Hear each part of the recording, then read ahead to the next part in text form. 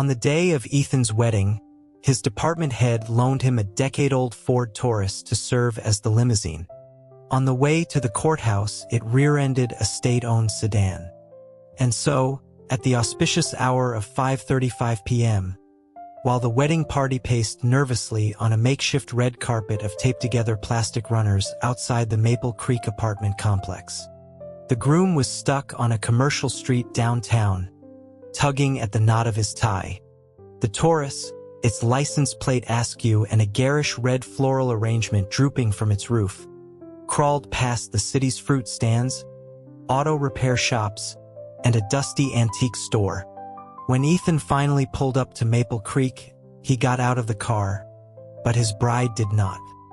He had to slide back into the passenger seat and physically pull his already fast-asleep new spouse from the car. A ragged cheer went up from the small crowd. Students from the dorms of Crestwood Tech across the street added their own jeers and whistles, someone shouting for Professor Ethan to toss out some wedding candy. Ethan's memory of that day was a humid, sticky blur, like walking through a fog. He'd lost his burgundy velvet blazer somewhere along the way. Guests crammed into the small apartment, and his bride kept tugging at the waistband of his pants. Ethan had to pry the fingers away, whispering through gritted teeth for him to let go. When the chaotic reception finally ended, Ethan found himself kicking at the debris of crushed hard candies and salted peanuts scattered across the floor. His best friend, Joe, surveyed the new apartment. A modest 600 square feet, but a fortune for Ethan, whose monthly salary as a junior faculty member was barely a few $100s. Joe clapped him on the shoulder and offered him a cigarette, signaling the end of the farce. Ethan turned to look at his bride, who was sitting on the edge of the new bed. The bride had already yanked off a wig, hiked the white dress up to his thighs, and was inspecting a heel blistered by the ill-fitting pumps. Joe let out a chuckle, pointing at the figure on the bed. He remarked on what a sight Leo was. A total mess. Leo looked up, a goofy smile on his face, his eyelids still caked with glitter. Ethan just rolled his eyes and turned away. The whole charade had begun earlier that year when the college announced it would be allocating faculty housing to married staff. For months, Ethan's mother, Diane, had relentlessly reminded him of his age, 26 years and 26 days, and his lack of prospects. He was, in her words, the town's most ungrateful son. The tension culminated in a massive argument at the wedding of a mutual friend, Chris. At Chris's reception, Joe's event company performers, a group of girls in tight red jackets and high ponytails, were in the middle of some energetic 90s dance routine. While they danced, Ethan and Diane shouted at each other. A sweaty Chris had tried to intervene, begging them to stop for his sake, but Diane was inconsolable. She lamented that Ethan, 2 years older than Chris, was still single and aimless. Chris, caught between them, hiccuped from the champagne and promptly threw up. Later, Ethan sat smoking on the back steps of the event hall with Joe, the air thick with the warm, greasy smell of the kitchen. Joe stomped out his cigarette and laid a hand on Ethan's shoulder. It was then that he proposed what he called a two birds, one stone solution. He pointed through a large window to where his performers were eating. One of the girls, a wig now discarded and heavy makeup smudged, was struggling to pick up a piece of barbecue pork with a fork. Frustrated, he speared a piece and shoved it in his mouth. Joe explained that the kid was a boy, new in town from some rural backwater, and couldn't find work. He'd let him try out with the dancers, and it just worked. Ethan watched the boy eating. Now that he looked closer, he could see the frame was larger than a girl's, but he was so thin with a delicate face that it was an easy mistake to make. Joe said his name was Leo. He'd shown up at the bus station with his older sister's ID and a couple of duffel bags, looking completely lost. Joe's wife, Linda, who worked at the station, had found him. The boy's lost expression and wide, tired eyes reminded her of a younger brother she'd lost years ago, so she took him home for dinner. The next day, Leo was at Joe's event company. The other dancers thought he looked like a movie star from some indie film and had a grand time dressing him up like a doll. Leo was passive through it all, letting them paint his face. Ethan turned back to Joe and asked if the kid was even legal. Joe said he didn't know for sure, but the ID he carried said 20. He explained that Leo was working for him now but had nowhere to stay, and he couldn't exactly put him in the women's dorm with the other dancers. Joe then laid out his plan. Ethan could marry him. Ethan's cigarette fell from his lips, and he told Joe he was insane. 15 minutes later, after Joe had detailed the entire plan, Ethan repeated that Joe was crazy, brushed the ash off his pants, and left. But 2 weeks later, he was at the college administrative office, requesting the paperwork for a marriage certificate. He had known since he was a boy that he wasn't interested in girls. While Joe was chasing Linda around the playground, Ethan felt nothing for his female classmates. He had no interest in the magazines the other boys passed around. One night, he had confessed to Joe that he liked boys, terrified he was mentally ill. The two of them had skipped class to go to the local library, searching through psychology books for an answer. Joe had even gone with him to the town's only psychiatric hospital, but they had only paced outside the gate, too scared to go in. It wasn't until college, in a much larger library, that he found a book that stated in black and white that his condition was a perversion, a mental illness. He had carried that secret shame with him ever since. Joe's logic had been simple. He knew Ethan wouldn't marry a woman just for an apartment, ruining her life. But a fake marriage with a boy? Leo had his sister's ID, which listed her as 20, old enough to marry. Ethan would get his apartment and get his mother off his back. Leo would get a place to live. When Leo was ready to move on, they could get a quiet divorce. After Chris's wedding, Diane had declared herself sick with stress and holed up in her beauty salon, refusing to go home. She was nearing 50, and no amount of makeup could hide the puffiness in her face. 20 years ago, her ex-husband had left her, remarried immediately, and had a daughter who was now almost 20 herself and getting married abroad. Diane felt like she had lost at everything, raising Ethan alone with nothing to show for it.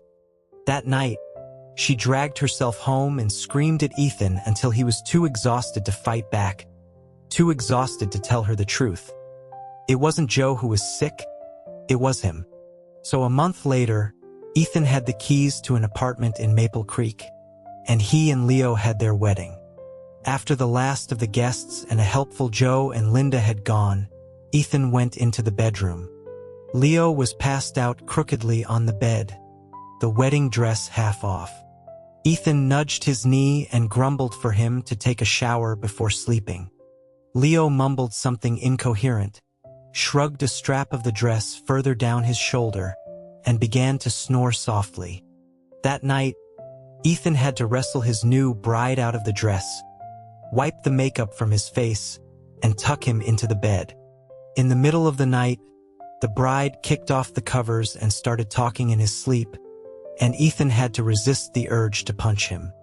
The next morning, despite having 3 days of wedding leave, Ethan went back to work at Crestwood Tech. When Leo woke up, he found himself tucked tightly into the bed, the corners of the comforter secured under the mattress.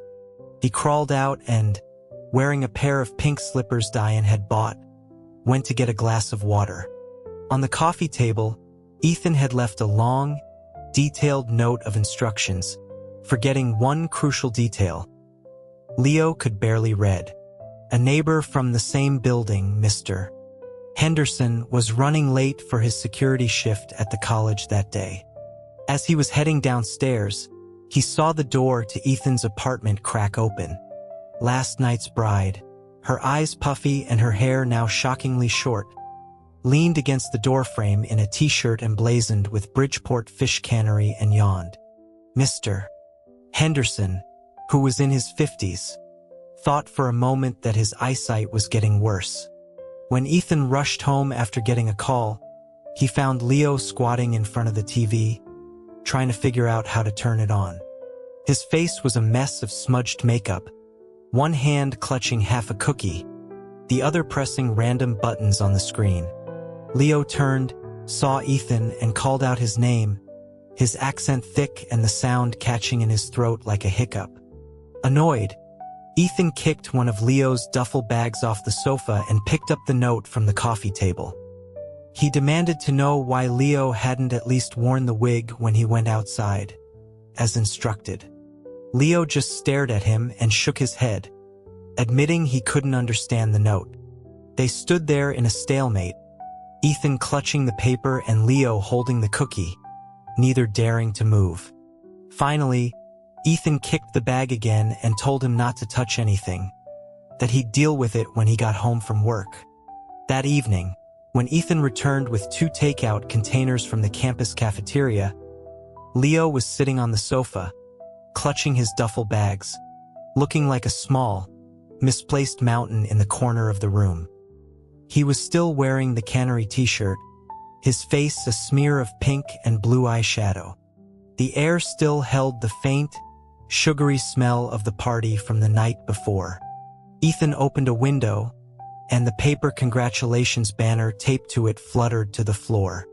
Leo hadn't eaten anything all day except that one cookie.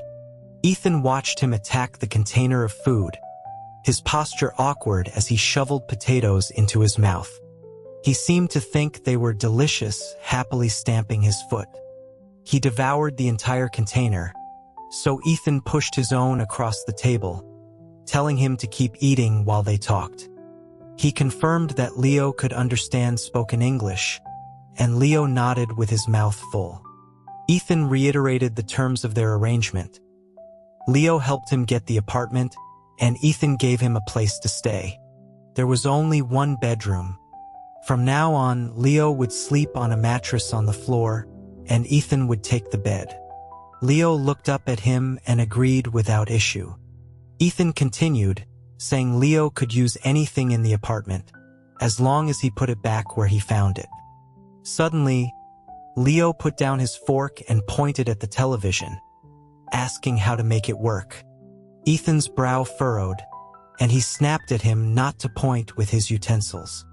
Later that night, after fiddling with the new color TV his father had sent as a wedding gift, Ethan finally got a picture on the screen.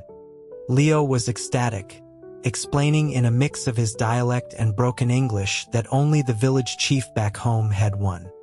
Ethan went to the balcony to smoke, leaving Leo cross-legged on the floor, mesmerized. Ethan told him he could watch for half an hour, then he had to unpack. As the clock chimed, Leo obediently turned off the TV and took his bags into the bedroom. When Ethan opened the closet later, next to his own jackets hung a few cheap, synthetic shirts and a pair of track pants that had clearly been altered to fit. That was the entirety of Leo's wardrobe. It was early summer, and the city was getting hot. Leo had 2 or 3 of the cannery t-shirts that he wore in rotation. When he came home from his job with Joe's company, he wouldn't wash his face, since he had to wear the wig and dress to enter the apartment building anyway. The wig was sweltering in the heat, but Ethan had laid down the law. He had to wear it coming in and out of Maple Creek. Sometimes Joe would drop him off at the entrance in his van and ask if that jerk Ethan was treating him okay. Leo would just shake his head. In the month or so they'd lived together, Ethan rarely spoke to him beyond necessary instructions, his face a constant mask of cool indifference. If Leo left hair in the tub after a shower, Ethan would grab him by the collar and tell him to clean it up and wipe the floor dry. Leo quickly learned to scrub the tub and squeegee the floor. He would also wipe the fog from the mirror and see his own reflection. Damp hair plastered to his head, a lingering look of rural bewilderment on his face. Sometimes he'd come out and find Ethan on the sofa, elbows on his knees, reading some papers. Leo never knew what he was reading, but Ethan always projected an air of calm, urban intelligence. Ethan would look up, take off his glasses, and frown, telling Leo to dry his hair properly before it dripped all over the floor. One night, Leo couldn't sleep. He kept scratching at his scalp, the sound irritating Ethan. He switched on the bedside lamp and asked what was wrong. Hadn't he just washed his hair? Leo mumbled that he didn't know, but it was incredibly itchy. Ethan stared at him for a moment, then got out of bed and knelt, parting Leo's hair. The oscillating fan at the foot of the bed whirred, and in its breeze, Ethan saw that Leo's scalp was covered in a severe heat rash. Ethan left without a word. Leo lay there, unsure if he should keep scratching, the itching almost unbearable. He stared at the warm glow of the lamp and suddenly felt a desperate urge to cry. He had been away from home for over half a year. He'd run away with his sister's ID and 2 bags, following someone from his village on a train east, but they'd gotten separated. He'd been lost, clutching a handful of small bills at the bus station when Linda found him. A tear slipped from the corner of his eye. He sat up and hugged his knees. A long time later, Ethan returned, bringing a wave of warm night air with him. He knelt by the floor mattress, explaining that it was too late to find a pharmacy open for rash powder, but he had crushed some aloe vera leaves. He held a small bowl, and as he gently applied the cool pulp to Leo's scalp, the juice trickled down his neck. Ethan went out again and came back with a towel to wrap around his shoulders. Leo kept his head bowed, tears still falling silently onto the bedding. Ethan saw them but said nothing. He had no energy to unpack whatever emotion had suddenly overwhelmed the boy. After he was done, Ethan took the bowl to the kitchen. When he came back, Leo was still sitting there, a poultice of green leaves on his head.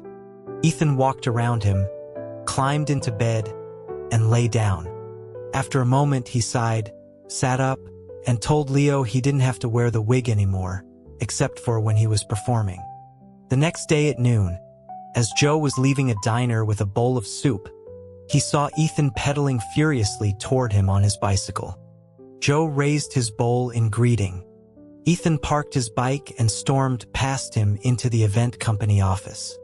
He found Leo in the dressing room, tossed a container of medicated powder into his lap, and left as quickly as he had come. Joe whistled, remarking to Leo that his husband seemed to take pretty good care of him. Leo just stared at the container in his hands. That day, Ethan spread the word around the college that his wife's younger brother was staying with them for a while. That evening, when Leo entered Maple Creek, he was still wearing the wig. Mr. Henderson, holding his thermos, passed him, then stopped and made a few gestures at him. Leo, confused, just shook his head. Mr. Henderson then used a combination of speech and sign language to ask if he was the mute one Professor Ethan had mentioned. Leo remembered that Ethan had told people his wife couldn't speak to avoid awkward conversations. He shook his head again and went upstairs. When he came back down a little later, without the wig and back in his cannery t-shirt, Mr. Henderson was on his way up again. He stared at Leo with suspicion for a moment before it dawned on him. He exclaimed that Leo must be the wife's brother, remarking on the strong family resemblance. This time, Leo nodded. That night, Joe invited Ethan out for a late-night barbecue at their friend Chris's new food stall. As Ethan was changing, he found Leo on the sofa, watching the weather forecast on TV. For some reason, it was the only show he ever watched. Ethan had once joked that he'd start charging him for electricity, and ever since, Leo only turned the TV on for the weather. As Ethan bent down to tie his shoes, he paused and asked Leo if he wanted to come along. 10 minutes later, Leo was perched on the back of Ethan's bike in his baggy t-shirt, swaying happily from side to side. Ethan told him to hold still or he'd lose his balance. Leo realized "you got it" was one of Ethan's favorite phrases. He quieted down, his hands gripping the hem of Ethan's shirt. The night market was crowded, and Ethan had to navigate carefully. When they arrived, Joe and Linda were already there. Chris was sweating over the grill in the back. A group of 6 sat around a plastic table with a couple of beers. Joe introduced Chris to Leo. Ethan, knowing Leo likely didn't understand, poured a little beer on the table and wrote out Chris's name, explaining the nickname. Leo's eyes lit up, and he nodded at Ethan. The conversation flowed around topics Leo couldn't follow. He sipped his beer. It was bitter and awful, but he watched Ethan clink glasses with Joe and down half of his in one go. Leo tried to imitate him and nearly choked. At one point, Ethan and Joe went off to the side for a cigarette. When they came back, Leo was leaning on the table, mumbling in his dialect. Linda leaned in, trying to understand him. Ethan nudged him, telling him not to get drunk. They had to go soon. Leo suddenly stood up and grabbed Ethan's hand, his fingers greasy from the food, asking how to write his name. Ethan recoiled, looking for a napkin. Leo grabbed his pants, insisting, "Write my name for me." Everyone at the table started laughing. Leo, his face flushed, clung to Ethan, refusing to let go. Finally, losing his patience, Ethan yanked his hand away. The sudden movement made Leo lurch, and everything he'd eaten came up, right onto Ethan's pant leg. Joe and Chris immediately jumped up to restrain Ethan's raised hand, then steered him to the back to wash off his pants while bundling a passed-out Leo into Joe's van. The next day, Leo had a gig at a fancy hotel downtown. He sat in the back of Joe's van, nervously biting his nails. Joe glanced at him in the rearview mirror. Leo, dressed in sequined hot pants, asked if Ethan was still mad. Joe laughed and said of course he was. The man was a notorious neat freak. By the time he could explain what a neat freak was, they had arrived. Leo followed the other dancers inside, touched up his makeup, and went to the ballroom. He kept messing up the choreography. After one dance, Joe pulled him off stage and told him to get some fresh air. Leo stood by a large stone lion near the entrance, staring blankly at the department store across the street. A guest came out, went back in, then came out again and approached him, his breath thick with alcohol. He put a hand on Leo's shoulder, asking why a pretty thing like him was standing all alone. Leo froze. The man tilted Leo's chin up, smiling, and told him he was beautiful. Leo tried to push his hand away, but the man just wrapped an arm around his shoulders. Just as Leo found his voice, the hand was knocked away. Ethan was there with his bike, a disgusted look on his face. He asked the man who he was. The man shot back, asking who Ethan was. Ethan replied that Leo was his wife, so who did he think he was? The man mumbled something about it being no big deal and backed off. Ethan, his face grim, told Leo to get on the bike. As they rode through the night, Leo in his sparkly hot pants and long wig, Ethan grumbled about Joe calling him and yelling at him, as if any of this was his fault. Leo wrapped his arms loosely around Ethan's waist, smelling the clean, soapy scent on his shirt. As they passed a market stall closing for the night, Ethan muttered something Leo didn't quite catch. Then, at an intersection, he stopped, turned around, and said he would teach him how to write his name, if that's what he wanted. Leo kicked his feet in excitement. Ethan turned back, muttering about what an idiot he was. Leo threw his hands up in a silent cheer. Ethan yelled at him to hold still. "You got it?" Leo repeated, "You got it?" Ethan asked what he meant. Leo just said again, "You got it?"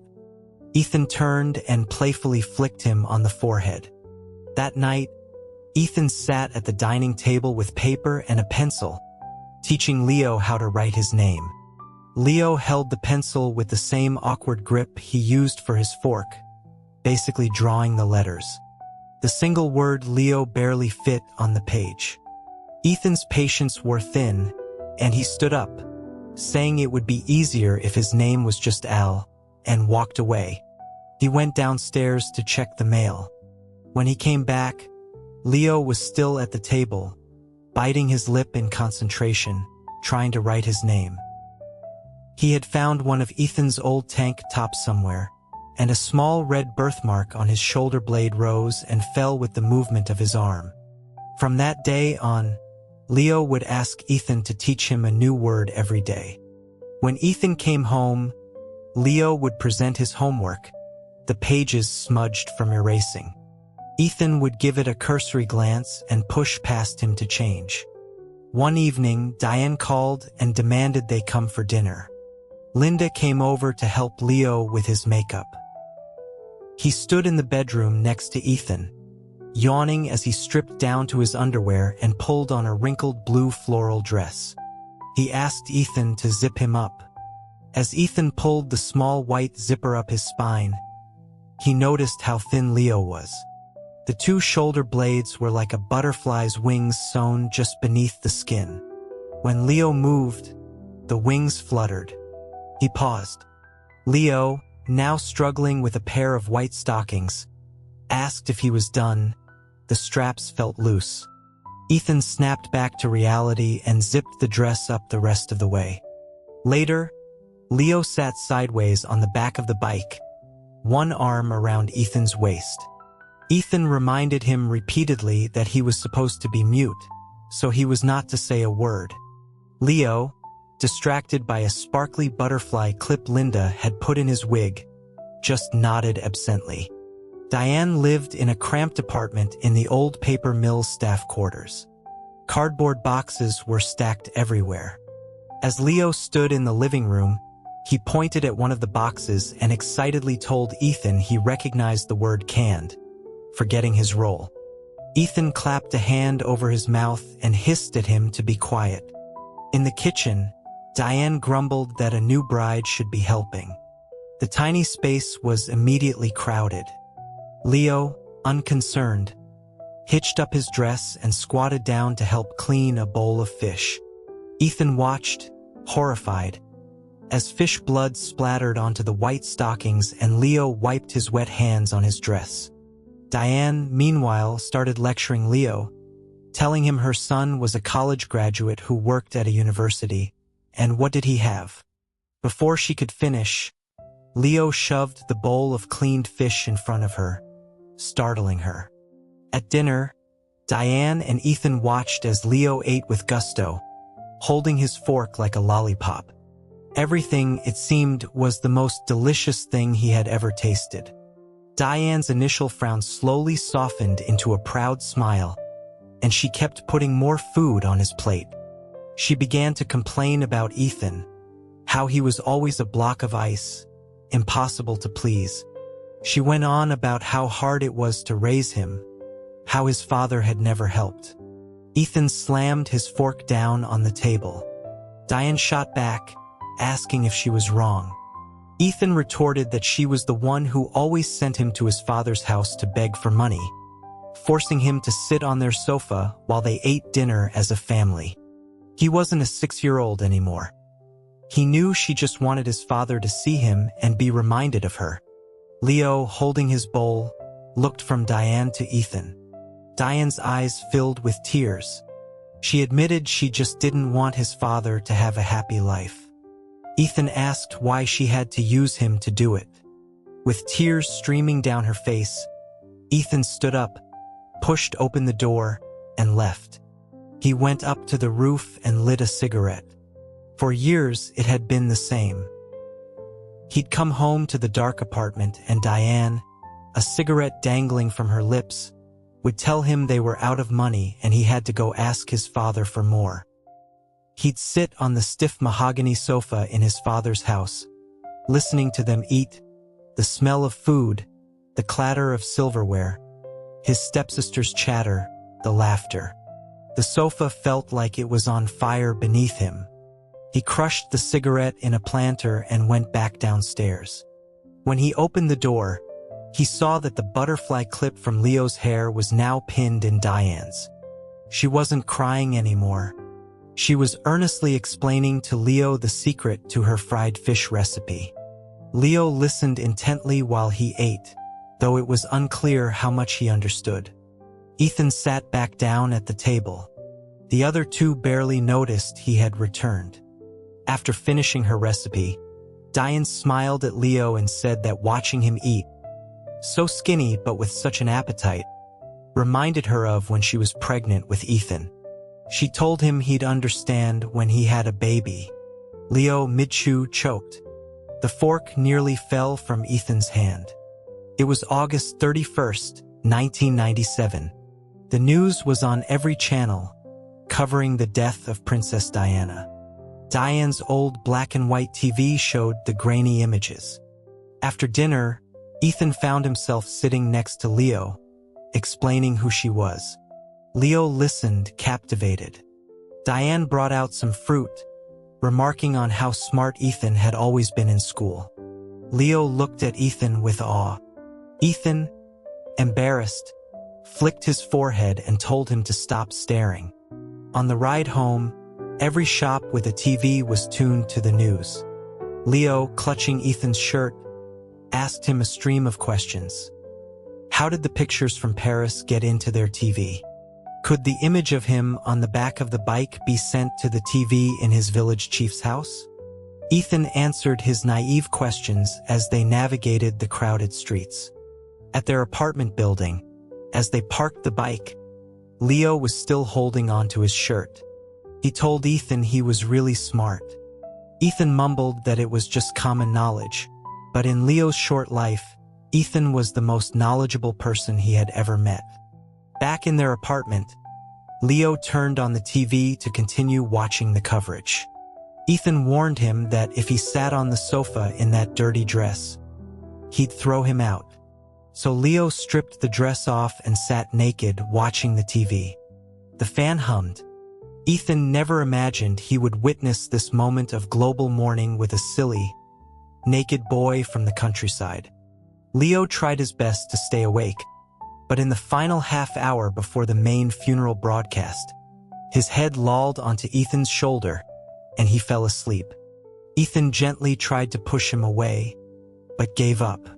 The night air carried the scent of medicinal herbs from a neighbor's apartment. Ethan lit a cigarette and draped his jacket over Leo's shoulders. He nudged his face, whispering that it was starting. Leo didn't wake. Ethan looked down at him, at the faint pink smudges of makeup still on his eyelids.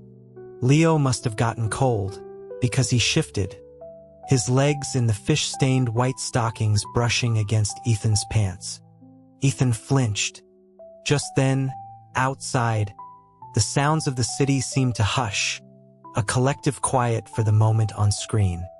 Ethan found himself half holding Leo, turning to look out at the lit-up night. The next day at the college, a few banners about the start of the new semester were already up.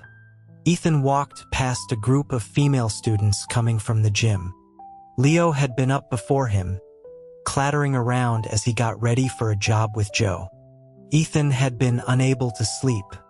He sat at a diner across from Maple Creek, staring into his coffee. In his office, a few colleagues were gossiping. Ethan tossed his lunch bag on his desk and tried to remember what Leo had said he wanted for dinner that night. He had asked him that morning, and Leo, his hair a mess, had just grinned and said, "Meat." Ethan had muttered that Leo could eat a whole pig and not gain an ounce. His colleagues nudged him, asking if he'd heard. Heard what? Mr. Henderson, on his patrol last night, had found two male students together in the dorms. One of them leaned in and whispered, naked, in the same bed. For a moment, Ethan pictured a herd of naked pigs sleeping together at a farm. The story, of course, was more complicated. It wasn't just that they were in the same bed. When Mr. Henderson opened the door, they had been kissing. The story morphed as it spread across campus, becoming more lurid with each telling. Later, when Ethan pulled the student files, he saw two ordinary faces, both boys from out of state whose parents would have to take a long train ride to get to the college. Homosexuality had been decriminalized, but it was still classified as a mental illness. He wondered if Mr. Henderson knew that, as he had apparently dragged both boys, still half-dressed, to the local police station. That evening, Ethan had to work late dealing with the student's case, so he couldn't bring home dinner for Leo. He sat in his office, chain-smoking. The students, after being released, came to collect their records. Ethan looked at their faces, their eyes heavy with exhaustion, and felt a pang of fear. As they reached for the files, Ethan felt he should say something as a professor. He heard his own voice, thin and hollow, say that it would be okay after they received treatment. One of the students looked up at him, his face unreadable. When Ethan got home, a group of the red-jacketed dancers from Joe's company were crowded in his living room. Leo squeezed through them, wringing his hands, anxiously explaining that they had wanted to see his apartment because they didn't believe he had a color TV. Joe had tried to call his office to let him know, but couldn't get through. Ethan pushed past him without a word and went into the bedroom. When he came out, they were gone. Leo was tidying up the mess of snack wrappers they'd left behind. Ethan collapsed onto the sofa and closed his eyes. He stood up to turn on the TV, but it wouldn't switch on. The accumulated stress of the day suddenly broke through. He slammed his fist on top of the TV. Leo jumped, startled. Ethan turned on him, demanding to know what was wrong with it. Leo, panicking, insisted it had been working fine just a moment ago. Ethan pointed a finger at him, his voice rising, asking if it had just broken itself, if Leo had any idea how much it cost. The living room fell silent. Leo felt dizzy. He stared at Ethan, then ran into the bedroom. He came back with a handful of crumpled bills and coins he'd been saving, his eyes red. He held it out to Ethan, saying he would pay for it. Ethan scoffed, telling him the TV cost nearly $2,000, and he doubted there was even $200 in his hand. He ran a hand through his hair, unsure if he was angry at Leo or himself, and went back into the bedroom, slamming the door. That night, Leo didn't dare enter the bedroom. He sat on the sofa, clutching his money, tears streaming down his face. He tried the TV again. Nothing. The room was dark, the festive wedding decorations still taped to the wall mocking him. He didn't know what to do. The expelled students' parents were kneeling at the college gate. Ethan froze, then wheeled his bike around to another entrance. But an hour later, his supervisor escorted him to the gate to talk to them. The mother grabbed his sleeve, pleading that her son was the only one in their family to ever go to college, that they didn't believe he could do such a thing, begging the school to reinvestigate. Ethan couldn't pull his hand away. The parents were there every day, a silent, desperate vigil. Ethan started to dread coming and going from work. He was so exhausted he didn't notice that Leo was rarely home during the day anymore. Leo had started taking odd jobs. He'd found work at a construction site, twisting rebar. He wasn't strong enough and the work was grueling. After a few days, the foreman told him not to come back. A man he'd worked with told him about a job washing dishes at a diner near the docks. So now, after finishing his dance rehearsals with Joe, he would sneak off to the diner. The place was a makeshift shack crowded with laborers from all over, the red plastic tablecloths slick with grease and spilled soup. The owner's wife would yell at him to hurry up with the clean forks. He worked for 2.5 hours for a pittance, the owner often docking his pay, claiming he was too slow. Leo, clutching the sweat-stained bills, never argued. He worried that Ethan would come home early and find him out. Ethan had already commented that the apartment smelled like dishwater. Leo would rush home and scrub his work clothes in the bathroom sink, hanging them to dry next to Ethan's crisp white shirts. The stains never fully came out. His white t-shirts turned a dingy gray.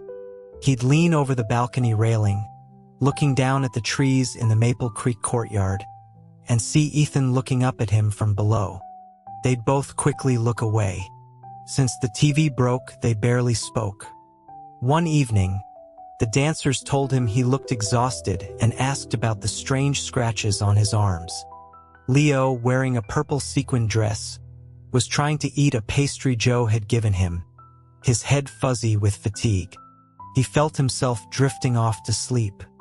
That night, Ethan was called to the security desk for a phone call again. It was Joe. Leo had passed out from heat stroke. Ethan carried him upstairs and laid him on his own bed. While Ethan was in the kitchen getting him some salt water, Leo sat up and threw up all over the sheets. He frantically looked for something to clean it up with. When Ethan came back in, Leo looked at him with terror. But Ethan, surprisingly, said nothing. He handed him the glass of water and then cleaned up the mess. That night, Ethan let Leo stay in the bed. He slept on the floor mattress and realized for the first time how hot and stuffy it was without the direct breeze from the fan. The next morning, Ethan brought a bowl of oatmeal up for Leo, leaving it on the nightstand with a note written in simple words he knew Leo could read. Breakfast. Drink lots of water. He rode his bike to work, taking the long way around to avoid the gate. At noon, Joe called his office, telling him Leo was exhausted and covered in scrapes, and he didn't know why. Ethan just said he had no idea what was going on. In the cafeteria, he ran into Mr. Henderson, who was still talking about the incident with the two students. Another teacher told him not to talk about such disgusting things while they were eating. Ethan suddenly lost his appetite. He decided he should pack some food and go check on Leo. He was walking out of the campus gate opposite Maple Creek, holding the container of food, when a hand grabbed his wrist. It was the student's mother. Her pale face seemed to appear out of nowhere. She knelt before him again, crying that her son couldn't come home now, that his life was ruined. The late July sun beat down. The student's father suddenly lost control, grabbing Ethan and shouting that his son wasn't a pervert. Maybe Ethan was the pervert. The man's other hand, which Ethan hadn't seen, was holding a sharpened piece of rebar. He lunged. Ethan stared, frozen, as the metal rod swung toward him. Sweat trickled down his temple. But the blow never landed on him. Leo, who had come down to meet him, had thrown himself in front of Ethan. The rod pierced his arm, and blood began to flow. Students screamed. By the time Mr. Henderson arrived, the four of them were just standing there in shock. Ethan looked at his own clean arms, then at Leo, who was on the ground, his arms soaked in blood. He asked, stunned, why he had run over. Leo, gasping in pain, tried to speak but couldn't. Mr. Henderson drove them to the hospital. In the back of the car, Ethan held Leo, trying to bandage the wound. From the driver's seat, Mr. Henderson muttered that he knew those people were crazy. It probably ran in the family. Leo looked up and saw the pained expression on Ethan's face. With his uninjured hand, he gently squeezed Ethan's fingers, as if to comfort him. Ethan turned his face to the window. That night was quiet. When Leo woke up, he was in Ethan's bed. Ethan was sleeping beside him. Leo tried to get up to move back to the floor, but Ethan stirred and asked if it still hurt. Leo shook his head. Ethan reached over and gently tapped the tip of his nose, asking why he'd been so stupid as to jump in front of him. Leo explained that he had seen him coming from the balcony with the food and figured it was for him, so he went down to meet him. Then he saw his lunch spill all over the ground. Ethan let out a small laugh. They were quiet for a moment. He asked who had named him Leo, saying it suited him. Leo said his sister was named Lily, and he was Leo. They had a younger brother, but he hadn't survived. He fiddled with the bandage on his arm and mumbled that his sister hadn't survived either. She had killed herself last winter, he said quietly. He told Ethan how she'd been married to a fisherman who beat her. One day they found her. Leo had been helping in the yard when he heard the news. When he got there, no one had taken her down yet. She was just hanging there, a permanent, silent fixture of the room. At the funeral, his father and the fisherman had gotten into a fight. It had started with the two of them and escalated into a brawl, knocking over the funeral offerings. Leo had set her memorial tablet back up, and then, done in the middle of the chaos, he decided he had to leave. Ethan asked if that was when he ran away, and Leo nodded. Ethan was silent. The doctor had bandaged the other cuts on Leo's body as well. Ethan remembered Joe telling him Leo was covered in scrapes. He pulled at the leg of Leo's shorts and asked where the other injuries came from. Leo admitted he'd been working at the construction site and the diner to earn money to pay for the TV. Ethan's hand, holding the shorts, slowly went slack. He sat up and told Leo he was an idiot, that he hadn't really meant for him to pay for it. Leo got out of bed and took out his stash of money from his duffel bag. Ethan told him to stop counting, then gently pulled him back to the bed. A late summer thunderstorm was rolling in. Ethan smoothed Leo's hair back from his forehead. He said, "I'm sorry. And thank you." From that day on, Ethan put away the floor mattress and let Leo sleep in the bed with him. But Leo was a terrible sleeper. Some mornings, Ethan would wake up with half of Leo's body sprawled on top of him. The next day, the students' parents came to apologize. They tried to kneel at the door, and Leo, startled, almost knelt with them. The couple sat awkwardly on the sofa, their hands clasped around mugs of water. The mother looked around the apartment and asked if it was true that Ethan had graduated from Crestwood and stayed on to work. He nodded. She said that was wonderful, then stared into her mug as if it were a deep well. Leo, sitting on a small stool beside them, suddenly held up 2 fingers and said he had only gone to school until the 2nd grade. He explained that he'd had to quit to help his family. Now he worked for Joe's company and could earn almost $100 a month, and their son would surely earn much more than him in the future.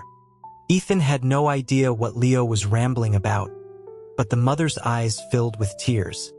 She asked Leo if he believed her son was a normal person. Leo, figuring anyone smart enough to get into college had to be normal, nodded with great confidence. The other 3 people in the room fell silent. When the parents left, they left a bag of fruit on the table. Leo opened it to find a huge watermelon. Ethan took it to the kitchen and cut it into slices. The 2 of them stood on the balcony, eating watermelon and spitting seeds into the garden below. Leo got juice all over his face and t-shirt. Ethan sighed, went inside to get a napkin, and gently wiped Leo's mouth. He asked him what he knew that made him nod so confidently. Leo, his mouth full, didn't seem to know what he was talking about anymore. He just took another huge bite of watermelon. Ethan leaned against the railing, watching him, and found himself smiling. That evening, as Ethan was helping Leo clean up, he found himself slowly wiping his back and arms with a warm towel.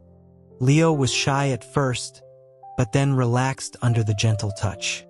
Ethan tossed his stained cannery t-shirts in the trash, telling him they were no better than rags. Leo, for the first time, talked back, protesting that he had no other clothes. He tried to grab the bag from Ethan and ended up tripping over his own pants. falling against him. Ethan caught him, scolding him to be careful of his injured arm. Leo clung to him, whining for his clothes back.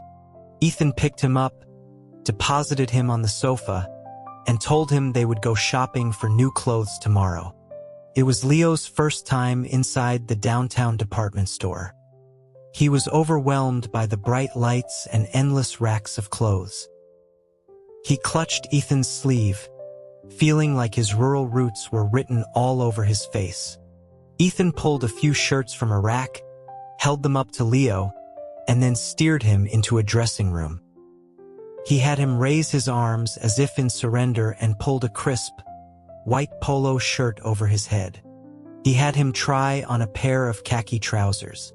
Leo looked down at himself, transformed. Ethan found himself staring. Just as he was about to get lost in the sight, Leo asked in his accented voice how much it all cost. Ethan ignored him and just commanded, "Arms up." They left with 3 or 4 new outfits. On the way home, they stopped for ice slushies. Leo held the bag, watching the streets go by, careful not to get his new clothes sweaty. Back at the apartment, he folded the clothes neatly and put them in the closet, then opened the door again just to look at them. Ethan, who was on the floor trying to find the warranty card for the TV, watched him. Leo came and squatted beside him, saying that his family had never even bought him new clothes for New Year's. Ethan just grunted, still searching. Suddenly, Leo wrapped his arms around him from behind. Ethan, startled, asked what he was doing. Leo nuzzled his shoulder and said that on TV, foreigners hugged to say thank you. Ethan froze, then relaxed into the embrace. The repairman for the TV, a specialist for the Japanese brand his father had bought, finally arrived a month later. By then, Leo's arm had healed, and he was back to work. He insisted on paying for the repair. The morning the man was scheduled to come, Leo left a note under Ethan's water glass. In his clumsy handwriting, it said, "How much? Please tell me." Ethan laughed when he saw it. That evening, he came home to find Ethan already on the sofa, watching TV. He ran to his room, got his money, and asked how much it was. Ethan held up one hand. Leo's face fell.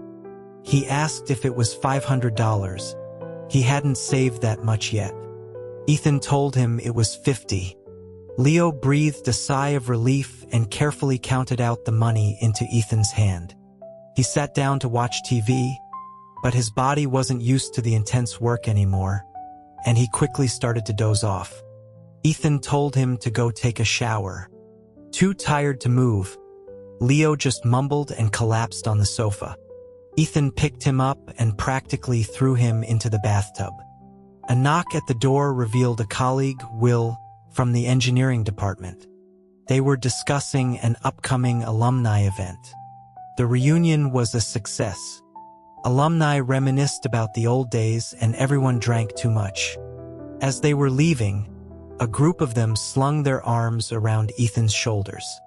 Someone drunkenly slurred that Ethan had been a legend back in their day, so smart he barely had to try, and 2 girls had gotten into a fight over him. Ethan sighed and said they were fighting over concert tickets, not him. Everyone laughed. As he was saying his goodbyes, he heard someone call his name from across the lobby. It was Joe, waving him over. His performance troupe was just finishing a gig in another ballroom. Ethan saw Leo at the back of the group, his hair in a long, wavy wig, wearing a champagne-colored dress. When Leo heard Joe call out and saw Ethan, his face lit up. He bounced on his heels and waved enthusiastically. One of Ethan's drunk classmates nudged him, asking who the hot girl was. As Leo jumped, he nearly tripped on the hem of his dress. Ethan couldn't help but laugh. He turned to his classmate and said, quietly, "My wife." Leo, still in his dress and makeup, hopped onto the back of Ethan's bike. Ethan started to pedal, then stopped. He told Leo that he couldn't sit with his legs straddling the seat while wearing a dress. It wasn't proper. Leo hopped off and sat sideways, then proceeded to dig around in the bodice of his dress, finally producing a few pieces of wedding candy for Ethan. That night, Leo stood in the bathroom, naked, wiping off his makeup. Ethan, dizzy from the alcohol, leaned against the doorframe, watching him. There were red marks on Leo's back from the dress straps, like 2 tire tracks in the snow. He reached out and touched one. Leo flinched and said it tickled. Ethan's fingers slid down to his waist. He thought of the cloying, rose-scented perfume his old classmate had been wearing. He wrapped his arms around Leo from behind and breathed in the clean scent of his skin. Leo turned his head and asked what was wrong. Ethan closed his eyes and mumbled, "I need a comforting hug now." Since Ethan was on summer break, he started helping Leo with his reading and writing again. If Leo got a perfect score on a page in his workbook, Ethan promised to pick him up from work. One day, Joe came out of a hotel lobby to find Ethan leaning awkwardly against his bike. He gave him a thumbs up. "Good man." Ethan just rolled his eyes. Sometimes, through the large glass windows, he could watch Leo dance. He was a little taller than the girls, but moved with a fluid grace that helped him blend in. Leo had told him once that he really loved to dance. After the performance, Leo would rush out, still in costume, and wave. He'd sit on the back of the bike, his arms wrapped tightly around Ethan's waist. Ethan would tell him not to hold on so tight, he smelled like sweat. Leo would just press his face against his back. The bike ride was his reward. As they rode through the city at night, the windows of the houses glowed like lanterns on a fishing boat, each one a family. Leo would read the signs on the shops out loud. They would stop for a snack, and Leo would generously buy one for Ethan, only to drop half of the filling from his own. Ethan found himself exasperated with him at least once every 5 minutes. One day, Diane summoned Ethan back to her apartment and gave him a huge bag of supplements meant to help with fertility, for Leo to take. When Ethan got home, he dumped the bag in the living room. Later that day, when he returned from an errand, he found Leo on the sofa, watching TV and eating one of the supplements. Ethan went to the bathroom, washed his hands, and came out to sit next to him. He said matter-of-factly that eating that stuff would make him have a baby. Leo looked at him doubtfully. Ethan insisted it was true. Leo, who trusted Ethan's urban knowledge implicitly, looked down at the nearly empty container, then at his own stomach. The next day, when Ethan came to pick him up, Leo was listless. On the ride home, he rested his head against Ethan's back. When they got to the apartment, he asked how long it would be before the baby came. Ethan, hanging up his keys, asked what baby. "My baby," Leo said. It took Ethan a moment to understand, and then he collapsed onto the sofa, howling with laughter. Leo watched him, confused. Ethan hugged Leo's waist and pressed his ear to his stomach, saying he wanted to listen. Leo dutifully lifted his shirt. Ethan listened for half a minute, then broke down laughing again, his face buried in Leo's stomach. When Leo finally understood the truth, he was furious. He sat on the sofa, determined to watch TV until he dropped dead. Later, in bed, Ethan asked if he really wanted a baby that much. He then asked what kind of girl he wanted to marry someday. Leo, who had little experience with such things, blushed and said he didn't know. He then turned the question back on Ethan, asking why he didn't find a girl to marry. Ethan fell silent. The voice of his colleague echoed in his head. "Don't talk about such disgusting things." He just said, "Let's not talk about this." A while later, Linda was pregnant. She had a fall at the bus station and was hospitalized. Ethan and Leo went to visit her. The hospital was a faded pink building. Leo, upon hearing about the pregnancy, had taken a pair of Ethan's old corduroy pants and sewn a small brown bunny out of them.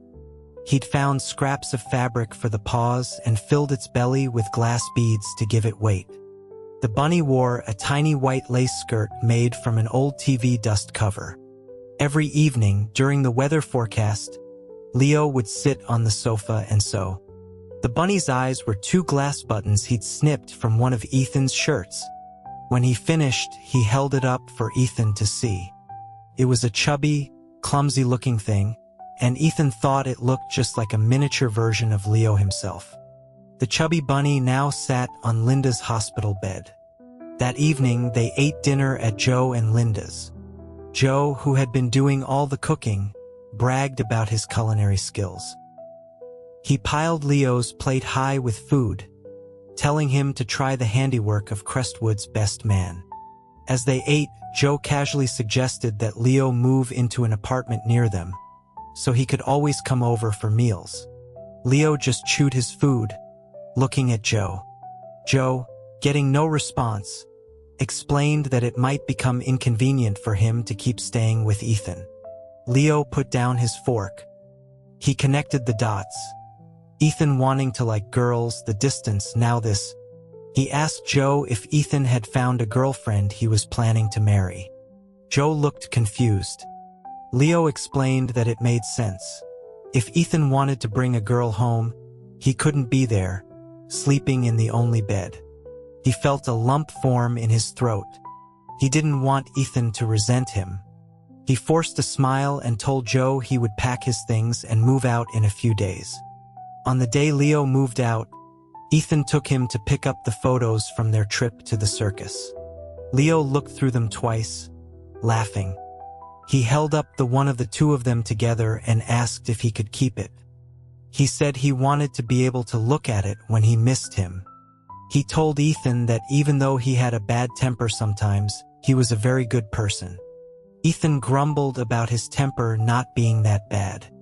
Leo pulled his two large duffel bags from the closet and packed his few belongings. The summer clothes Ethan had bought him, still looking new, he folded carefully. At his request, Ethan wrote his own name, Ethan, on the inside cover of Leo's workbook. Joe arrived in his van to pick him up. As Ethan carried the bags downstairs, he remembered the day he'd first come home to find Leo sitting just like this. A small, lonely mountain in his living room. As the van pulled away, Leo, who had been trying so hard not to cry, finally broke down. Ethan felt his own eyes burn. From the driver's seat, Joe sighed and said it wasn't like it was a life or death parting. As the van passed Crestwood Tech, Leo buried his face in his bag. Before they cut his birthday cake, the girls had told him to make a wish.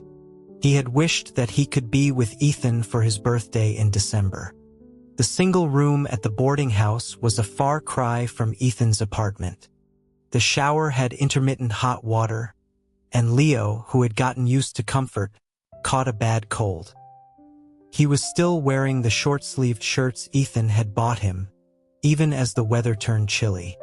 He was trying to save $500 so he could move on to a coastal city, so he ate cheap flatbread for most of his meals. He didn't want to impose on Joe and Linda all the time. Sometimes Ethan would stop by the event company, and Leo would run over to him, his face half covered in makeup remover, excited to see him but careful not to seem too clingy. Ethan would bring him snacks he liked, and once commented that he looked thinner. Leo just smiled and said he wasn't. One day, Ethan showed up with a young woman. Leo hid behind the dressing room door, watching them talk and laugh with Joe outside. He felt a pang of jealousy.